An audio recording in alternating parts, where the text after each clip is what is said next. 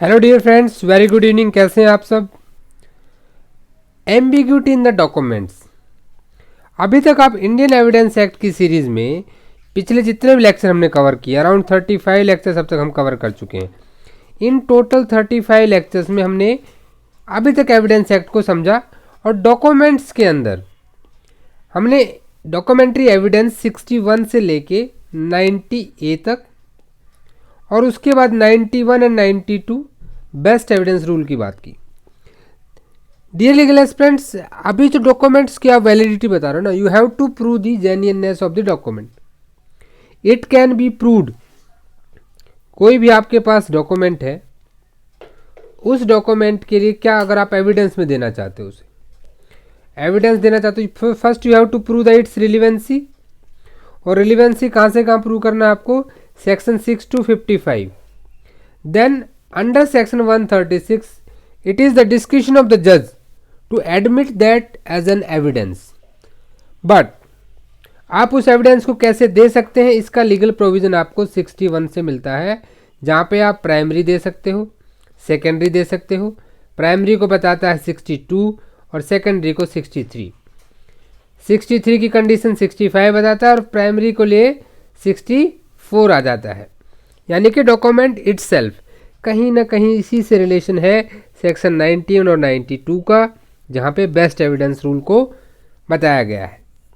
अब कभी कभी क्या होता है ना, डॉक्यूमेंट की जो लैंग्वेज है, मान लीजिए कोई एक डॉक्यूमेंट है, इस डॉक्यूमेंट के अंदर आपको पढ़ने से क्या मिला, कोई एम्बिग्यूटी मिली। अभी एम्बिग्यूटी क्या थी, दिस इज एम्बिगस डॉक्यूमेंट। इनको क्या बोलते हैं, एम्बिगस डॉक्यूमेंट्स, डॉक्स बोलते हैं ना शॉर्ट में। It means when the language of that particular document, किसी भी डॉक्यूमेंट की लैंग्वेज ऐसी है कि you are not able to understand the actual sense of that. ठीक है, अब मैंने आपको कहा कि आप ना घर जाना है उसके, चले जाइए, उसके घर मिल जाए। किधर चले जाइए भाई, लेफ्ट जाना है, उसके बाद सर्कल मिलेगा, राइट जाना है। जहाँ पे चीज़ें आपको एक क्लियर विजन ना देती हों, ऐसे डॉक्यूमेंट्स को एम्बिगस डॉक्यूमेंट कहा जाता है। इंडियन एविडेंस एक्ट में जो एम्बिग्यूटी है, वो एम्बिग्यूटी देखिए क्या, एम्बिग्यूटी को जो है यहाँ पे दो पार्ट में डिवाइड किया गया है। दो तरह की एम्बिग्यूटी होती हैं। एक को हम बोलते हैं क्या, पेटेंट एम्बिग्यूटी, पेटेंट एम्बिग्यूटी, और दूसरी जो होती है आपकी वो होती है लेटेंट एम्बिग्यूटी। अब पेटेंट एम्बिग्यूटी का मतलब क्या है, बाहरी तौर पे, इसको बहुत सिंपल लैंग्वेज से समझिएगा, जो स्पष्ट बाहरी तौर पे ही देखने से क्या लगे कि ये तो भाई क्या है, एक पेटेंट एम्बिग्यूटी है, कोई एम्बिगस है। वहाँ पे जो लैंग्वेज ऑफ डॉक्यूमेंट है वो क्या है, डिफेक्टिव है, उसकी कोई हम सेंस नहीं निकाल पा रहे हैं। ठीक है, यानी कि just on the face of the document you can recognise कि वहाँ पे एक आपकी पेटेंट एम्बिग्यूटी है। फॉर एग्जाम्पल मान लीजिए भाई, अब आपका फ्रेंड है कोई, एक आप हैं, ठीक है, ये आप हैं, ठीक है, कोई बात नहीं, लैंग्वेज पे मत जाइए। कोई एक बंदा है, उसका एक फ्रेंड है ए, इसका फ्रेंड है बी। अब ए बी को कहता है कि मेरी जो वो कार है ना भाई, रेड कलर वाली, ठीक है, वो कार मैं आपको दे दूंगा, अपने फ्रेंड को बेचते। मतलब कितने में देगा भाई, बोल रहा है तुम्हें, या तो मैं वो 50,000 में दे दूंगा या 1,00,000 में दे दूंगा। 50,000 और 1,00,000। आपको नहीं लगता कि भाई कितने में दोगे यार, क्लियर हुआ क्या, इससे क्लियर हुआ क्या, always the things decided in the courts should be beyond reasonable doubt. जैसे क्रिमिनल में बियॉन्ड रीजनेबल डाउट है, सिविल में प्रीपोंडरेंस ऑफ द प्रोबेबिलिटीज है। लेकिन जहां पे ऐसी एम्बिग्यूटी की बात है तो कोर्ट किसको मानेगा। कल को बी मुकदमा कर देता है ए के ऊपर, तो कितने कंपनसेशन की रिकवरी बनाएगा, 50,000 के हिसाब से या 1,00,000 के हिसाब से। यानी कि on the face of the document you can recognise there is patent ambiguity. और इंडियन एविडेंस एक्ट में section 93 and 94 deals with the patent ambiguity. ठीक है, ये पेटेंट एम्बिग्यूटी से डील करते हैं। अब बात करते हैं लेटेंट एम्बिग्यूटी की। देखिए लेटेंट एम्बिग्यूटी क्या होती है, जहाँ पे आपको भाई सिर्फ लैंग्वेज देखने से तो नहीं चलता। अब आपने प्लेन उसको एक बार पढ़ा तो ठीक है, लेकिन जब आप उसको डिटेल में जाते हैं तब आपको पता लगता है कि इसके अंदर तो हो कुछ ना कुछ डिफेक्ट है। कैसे पता लगेगा? लेटेंट एम्बिग्यूटी कैसे पता लगेगा? अब इन्हीं दोस्तों एग्जांपल लेते हैं। इसने इससे कहा कि मैं तुम्हें ये कार बेच दूंगा, मैं तुम्हें अपनी मर्सिडीज कार बेच दूंगा। अब उसके पास 3 मर्सिडीज थी, कौन से वाली बेच दोगे भाई? अब क्या इस लैंग्वेज में कोई डिफरेंस है? मैं तुम्हें अपनी कार बेच दूंगा। क्या बेच दूंगा? कार। अब उसके पास तो 3 मर्सिडीज हैं, 3। कौन सी वाले की बात कर रहा है? कौन सी वाले की बात कर रहा है? चीज़ तो वो भी क्लियर, बट फर्स्ट रीडिंग में क्या लगता है कि भाई कार बेच देगा। अब बात आती है कि जब अगर किसी डॉक्यूमेंट में पेटेंट एम्बिग्यूटी है तो क्या हम एविडेंस दे सकते हैं? लेटेंट है तो क्या होगा? आपको बहुत एक सिंपल लैंग्वेज में एक चीज़ बता देता हूँ कि जब कभी भी आपकी पेटेंट एम्बिग्यूटी होती है, ठीक है, पेटेंट एम्बिग्यूटी होगी तो you can not give any evidence, no evidence can be given. जबकि लेटेंट एम्बिग्यूटी है तो एविडेंस कैन बी गिवन, ठीक है, एविडेंस दिया जा सकता है कि वहाँ पे मिस्टेक ऑफ फैक्ट था, मैं इसको ये वाली कार की बात कर रहा था, एविडेंस कैन बी गिवन। पहले एविडेंस के तौर पे तो आप इसको याद रखिए, ठीक है। उसके बाद क्या करना है आपको? अब हम अपनी बेरेक लैंग्वेज पे आते हैं। सबसे पहले सेक्शन 93 खोलते हैं, यानी कि we are going to deal with the patent ambiguity in section 93 and 94। अब 93 क्या कहता है यहाँ पे? अपना बेरेक्ट ओपन कर लीजिए। Exclusion of the evidence to explain और अमेंड द एम्बिगुअस डॉक्यूमेंट। क्या कह रहा है कि एविडेंस का एक्सक्लूशन हो जाएगा टू एक्सप्लेन और अमेंड एम्बिगुअस डॉक्यूमेंट में आप एविडेंस नहीं दे सकते। 93 आपको ये बात मना कर रहा है। अगर 93 को समझना है तो कहीं ना कहीं आपको कहाँ जाना पड़ेगा? सेक्शन 92 पे। सेक्शन 93 का लिंक एक 92 से भी है। 92 से कैसे? 90 और 92 को हम क्या सोच के पढ़ते हैं कि ये तो बेस्ट एविडेंस रूल है, हम पढ़ लेते हैं। 92 के अंदर 6 प्रोवाइजो दिए गए हैं। अगर सेक्शन 92 का प्रोवाइजो देखेंगे, कौन सा? 6, जो किसकी बात कर रहा है? Relation of language of facts की बात कर रहा है। तो कहीं ना कहीं से जो एम्बिग्यूटी है, पेटेंट एम्बिग्यूटी है, वो 92 के प्रोवाइजो 6 से स्टार्ट होती है, ठीक है, बिल्कुल। वहीं पे आपका रिलेशन ऑफ लैंग्वेज, जो पिछले लेक्चर में हमने बहुत अच्छे से इसके बारे में डिस्कस किया था। तो 93 को समझना है, जो स्टूडेंट नए हैं, पिछला वीडियो नहीं देखा है, प्लीज़ पहले सेक्शन 92 का प्रोवाइजो 6 पढ़िए, फिर आप सेक्शन 93 पढ़िए। आपकी जो अंडरस्टैंडिंग का लेवल है ना, अलग ही तरह का रहेगा। आप पढ़ के देखिएगा, दोनों चीज़ों में आपको डिफरेंस फील होगा। अभी 93 पे वापस आते हैं। अब 93 कहता क्या क्या है? देखिए, when the language used in a document is on its face. क्या कह रहा है? On its face. तो इसको हाईलाइट कर लीजिए और वहां पे लिख लीजिए पेटेंट एम्बिग्यूटी। क्या है? Patent ambiguity. एम्बिगुअस और डिफेक्टिव, जब किसी की लैंग्वेज 92 का जो प्रोवाइजो 6 बताया मैंने, वो किसकी बात कह रहा है? वो भी तो लैंग्वेज ऑफ फैक्ट की बात कह रहा है, लैंग्वेज ऑफ फैक्ट की बात कह रहा है ना वो भी। ये भी तो यही कह रहा है कि जब कोई अपने ही फेस पे उसकी लैंग्वेज क्या है? डिफेक्टिव है, एम्बिगुअस है। Evidence may not be given of the facts which would show it's meaning और सप्लाई इट्स डिफेक्ट्स। अब इसकी मीनिंग को दर्शाने के लिए कि जनाब इसका मतलब क्या था कि मैं अपनी कार 50,000 में ही देना चाहता था, 1 लाख में नहीं, ऐसा एविडेंस आप नहीं दे सकते, ऐसा एविडेंस नहीं दे सकते। इसको बेटर तरीके से समझना है तो सेक्शन 93 के हम इलस्ट्रेशन के ऊपर चले जाते हैं।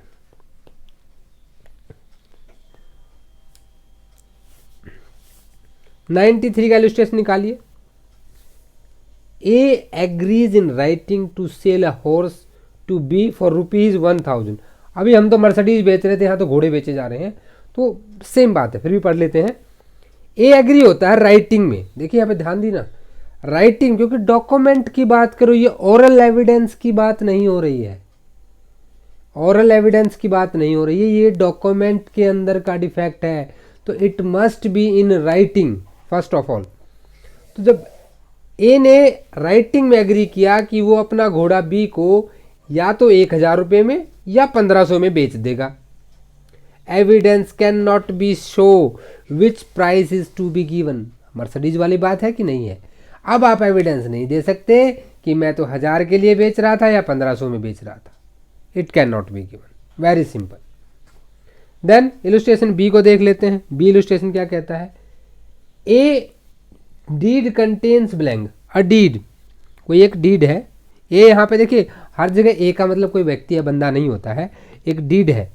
क्या है, एक डीड है जिसमें ब्लैंक है। ब्लैंक कैसे है, आई मतलब जो भी नाम है, डैश सो एंड सो, मैं उसको ये बेच रहा हूँ, सेल्स डॉट डॉट डॉट, उसमें कुछ बहुत सारे ब्लैंक्स हैं। आपको देखने से पता लग गया क्या यार ये ब्लैंक ब्लैंक बचा रहा, क्या है इन ब्लैंक का meaning. So the evidence can not be given of fact which would show how they were meant to be filled. बोला जी मैं तो ना इस सेल के आगे ना कार लिखना चाहता था, HR number this this this, मैं तो ना ये यहाँ पे इसमें ये लिखना चाहता था, इसका मैं एविडेंस दे देता हूँ आपको। तो कोर्ट क्या कह रहा है, no you can not give any evidence.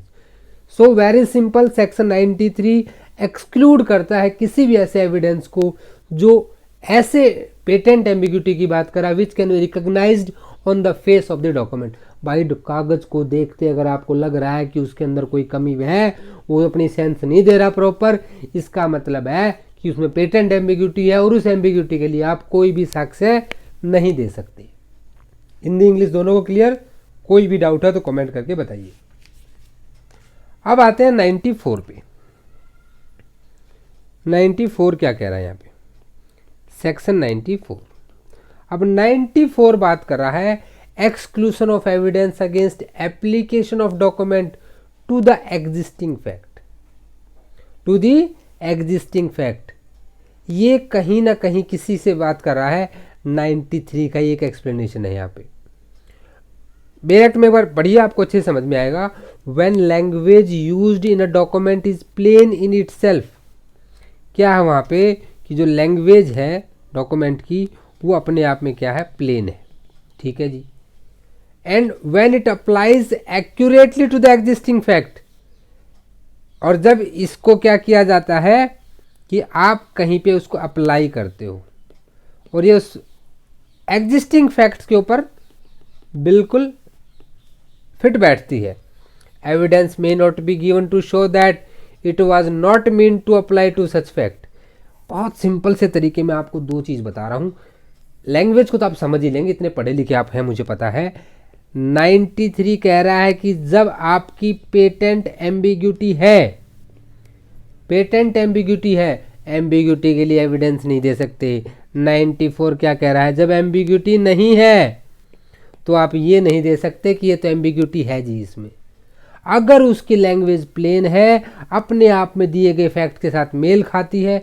अब आपने कहा कि मैं इसको अपनी मर्सिडीज कार बेच दूंगा, ये रिटर्न में एग्रीमेंट कर लिया, आपके पास एक ही मर्सिडीज कार थी, भैया वो एग्जिस्टिंग फैक्ट से मैच कर रही है, एम्बिग्यूटी होने का सवाल ही नहीं। आप नहीं कहते जी मैं इस मर्सिडीज की बात नहीं कर रहा था, अरे भाई तुम्हारे पास है ही एक, तो दूसरी बात कहाँ से करोगे, तो आप उसके लिए भी एविडेंस नहीं दे सकते। बहुत सिंपल से देसी शब्दों में बता रहा हूँ आपको।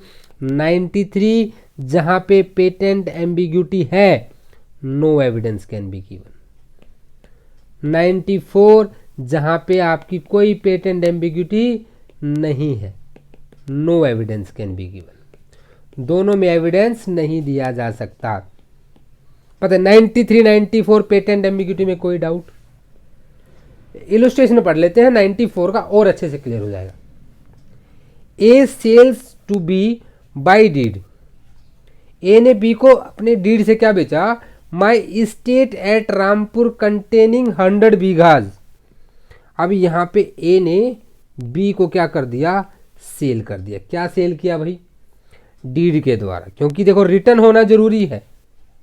और उसने कहा कि जो रामपुर है, कहाँ पे, रामपुर में मेरी जो 100 बीघा जमीन है ना, 100 बीघा, वो मैं बेच दूंगा उसको।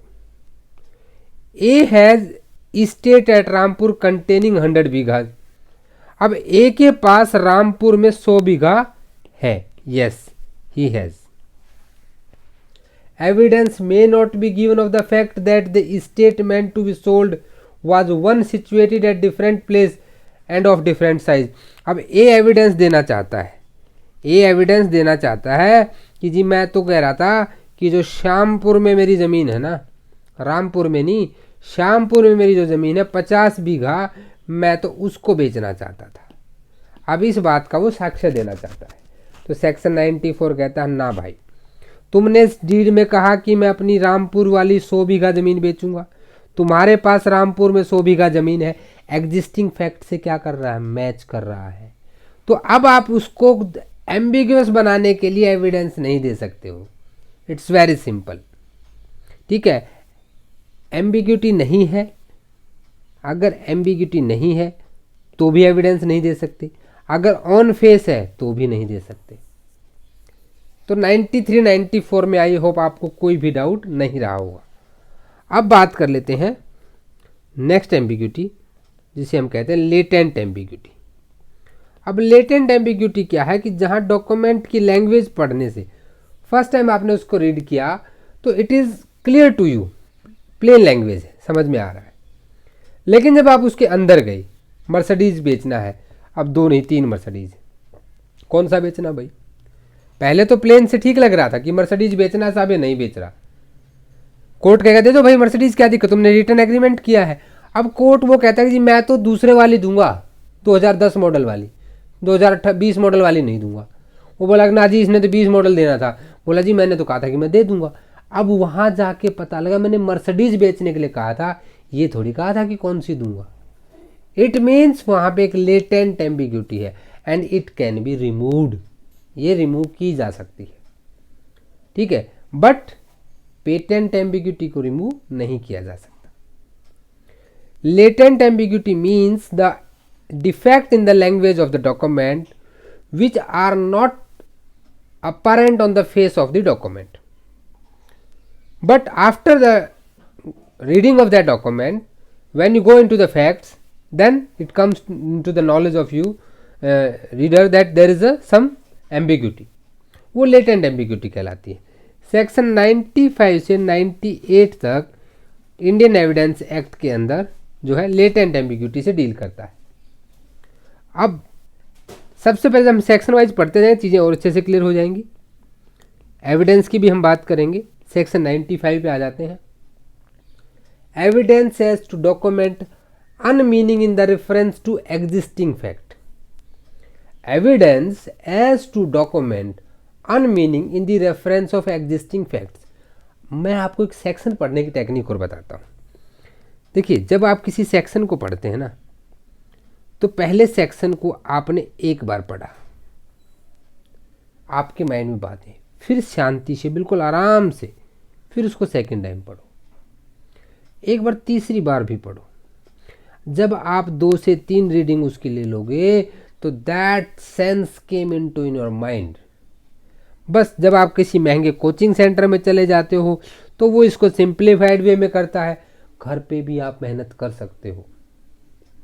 और जो भी आपकी हेल्प है वो तो हम कर ही रहे हैं, फ्री ऑफ कॉस्ट कर रहे हैं। So save money of your parents and work hard.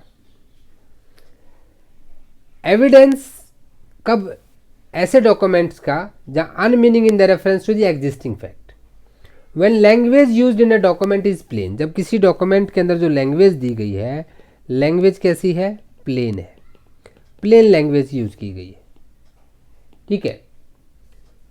But is unmeaning in the reference to existing fact. लेकिन जो एग्जिस्टिंग फैक्ट है 94 से बिल्कुल उल्टा है। वहां पे लैंग्वेज प्लेन थी, एग्जिस्टिंग फैक्ट के साथ मैच करता था, या एग्जिस्टिंग फैक्ट के साथ वो क्या है? मैच नहीं कर रहा है।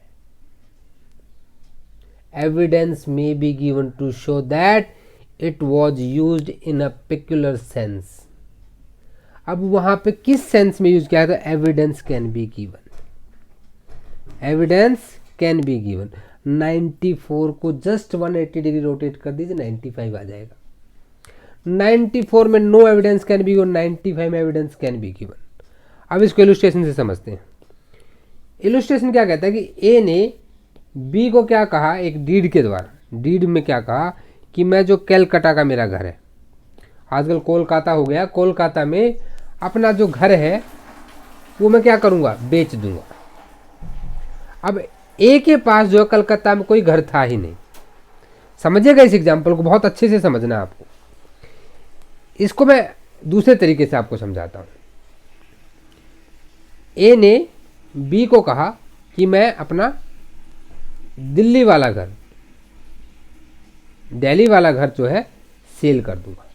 दिल्ली में मेरा एक स्वीट होम है and I will this sweet home to you. Drawing थोड़ी समझ लो, अच्छा लगेगा ड्राइंग सामने रहेगी तो। कहते हैं कि पिक्टोरियल चीज़ें ज़्यादा अच्छे से समझ में आती हैं। अब ए ने कहा कि मैं दिल्ली में से अपना जो मेरा घर है उसको बेच दूंगा। अब आपको पता है दिल्ली में जो लोग बहादुरगढ़ नजफगढ़ रहते हैं वो भी अपने आप को दिल्ली में बताते हैं। जो नजफगढ़ में रहने वाले लोग हैं वो भी खुद को दिल्ली में बताते हैं। भाई क्या करते हैं कि अपना प्रेस्टीज वाली बात है, भाई दिल्ली के रहने वाले हैं।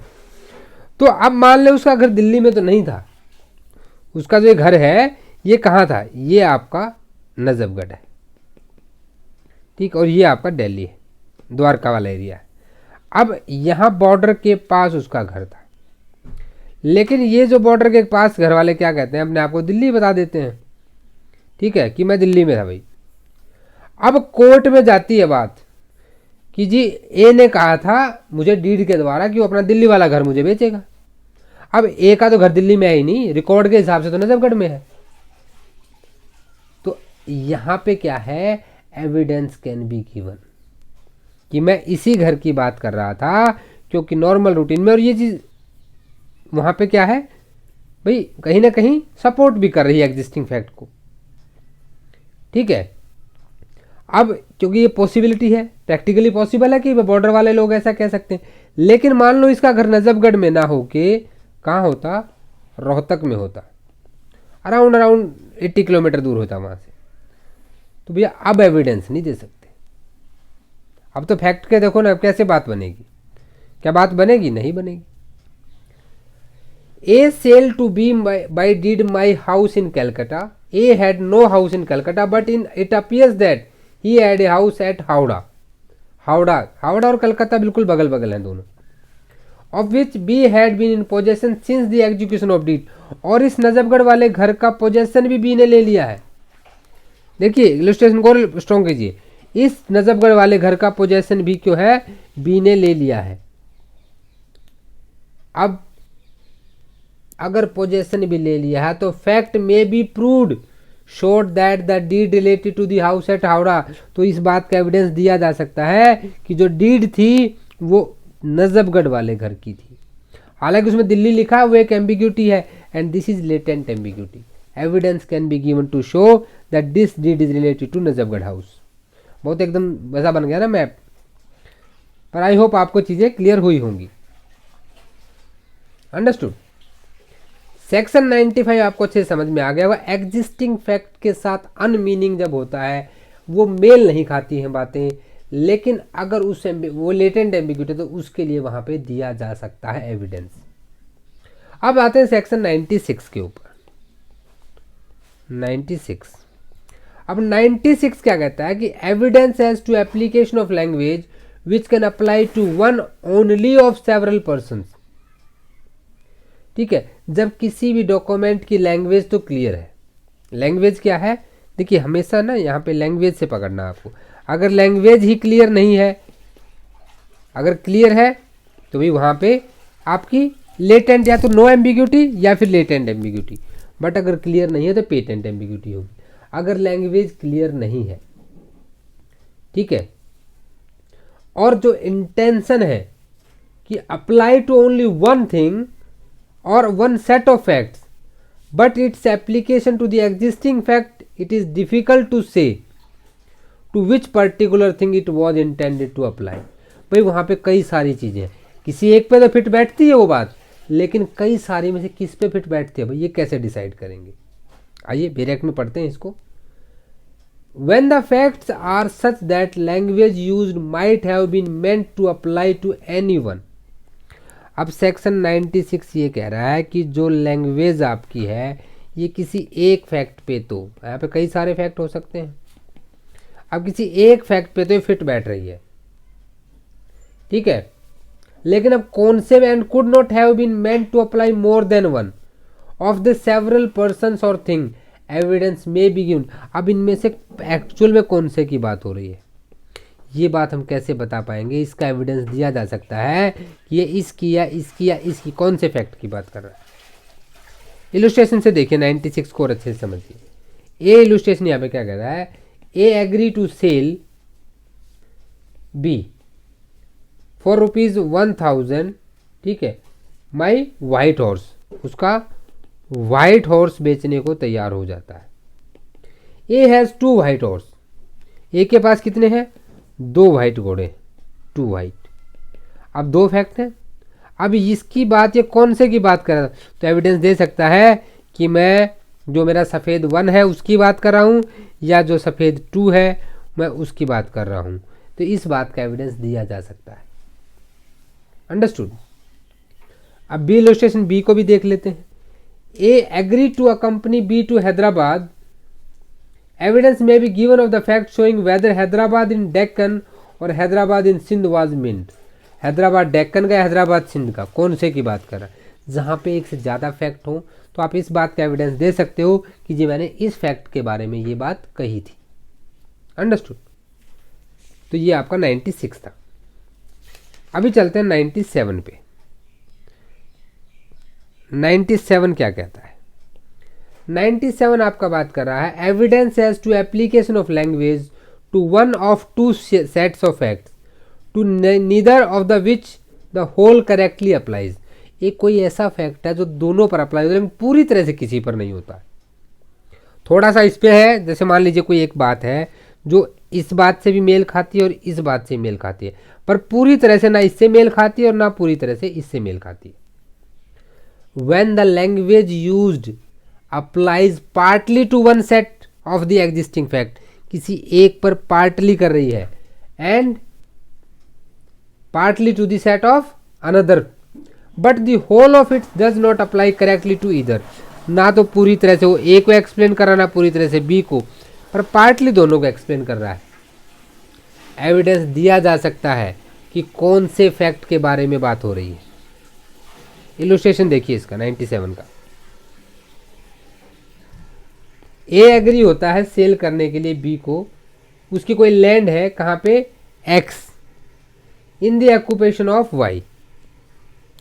एक्स जो है प्लेस है और जिसके ऑक्यूपेशन में वाई वो पर्सन है।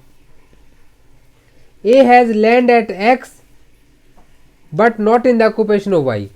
भाई देखो, इसको मैं बहुत अच्छे से और अपने सिंपल वे में समझने की हम कोशिश करेंगे जिससे और बेहतर तरीके से समझें। ए ने बी को एक डीड के द्वारा, सेल डीड बनी इन दोनों के बीच में, और उस सेल करने के लिए क्या कहा कि मेरी जो ज़मीन दिल्ली में है, कहाँ पे? दिल्ली में है, और उसका जो है मिस्टर राधे, मिस्टर जो राधे है वो उसका ऑक्यूपेंट है, वो ज़मीन मैं तुम्हें बेच दूंगा। अब बाद में पता लगता है कि एक ही ज़मीन दिल्ली में तो है, लेकिन वो ऑक्यूपेंट राधे नहीं है, उसका ऑक्यूपेंट कौन है? मिस्टर श्याम है। मिस्टर श्याम जो उसका ऑक्यूपेंट है, राधे नहीं है। ये फैक्ट बाद में पता लगता है, ठीक है। एविडेंस दिया जा सकता है, एविडेंस दिया जा सकता है, ठीक है। वो कौन सी की बात कर रहा है? अब राधे के ऑक्यूपेंट में ज़मीन है, लेकिन वो ज़मीन जो है आपकी रोहतक वाली है। रोहतक वाली ज़मीन भी एक ही है, ये राधे के उसमें है, लेकिन जो दिल्ली वाली की बात है वो श्याम के में। तो ऐसे में एविडेंस दिए जा सकते हैं। ये आपका 97 है। अंडरस्टूड। अब 98 की भी बात कर लेते हैं। Evidence as to meaning of illegible character et cetera. अब आपने कई तरह की चीज़ों को समझा, ठीक है। अब सेक्शन 98 ये कह रहा है कि एविडेंस जो है may be given to show the meaning of illegible और not commonly intelligible character of the foreign obsolete technical local or provincial expression of the abbreviation and words used in a peculiar sense। बड़ी अजीब सी है ना, एकदम घुमावदार language है। इसका illustration पढ़ेंगे तो आपको अच्छे से समझ में आएगी। ये जो है ये क्या था, एक स्कल्प्टर है। अब ये एग्री हो जाता है, ठीक है, मूर्तिकार है, और ये बी को बोलता है कि मैं तुम्हें अपने सारे मॉडल बेच दूंगा। अब ए के पास दोनों मॉडल हैं, ठीक है, A has both models and modelling tools, evidence may be given. अब ए के पास मॉडलिंग टूल भी और मॉडल्स भी है, तो बता सकता है कि मैं मॉडल्स को बेचना चाहता हूं या मॉडलिंग टूल्स को बेचना चाहता हूं। इस बात का एविडेंस दिया जा सकता है। यानी कि आपने एक चीज देखी होगी यहाँ पे कि सेक्शन 93 से 94 no evidence can be given, but in 95 to 98 evidence can be given. ये आपका it's all about the ambiguity. I hope आपको चीज़ें क्लियर हो गई होंगी। Thanks for watching this video. Video अच्छा लगा है तो लाइक कर दें, चैनल को सब्सक्राइब कर दें। आप अपने डाउट्स मुझे मेल कर सकते हैं, कोई एडवाइस सजेशन आपकी तरफ से वो मुझे बता सकते हैं। वीडियो को लाइक कर दिया है तो दोस्तों शेयर भी करें, और again I am waiting for your comments कि आपको वीडियो कैसा लगा, तो प्लीज़ लेट मी नो। अब एविडेंस एक्ट में हमारा सेक्शन 9900 और स्टॉपेल दो ही पोर्शन बच गए हैं। नेक्स्ट कमिंग 2 लेक्चर्स में हमारा एविडेंस एक्ट खत्म हो जाएगा, and then we will start the IPC. So see you guys tomorrow at the same time, same channel. तब तक के लिए जय हिंद, जय भारत।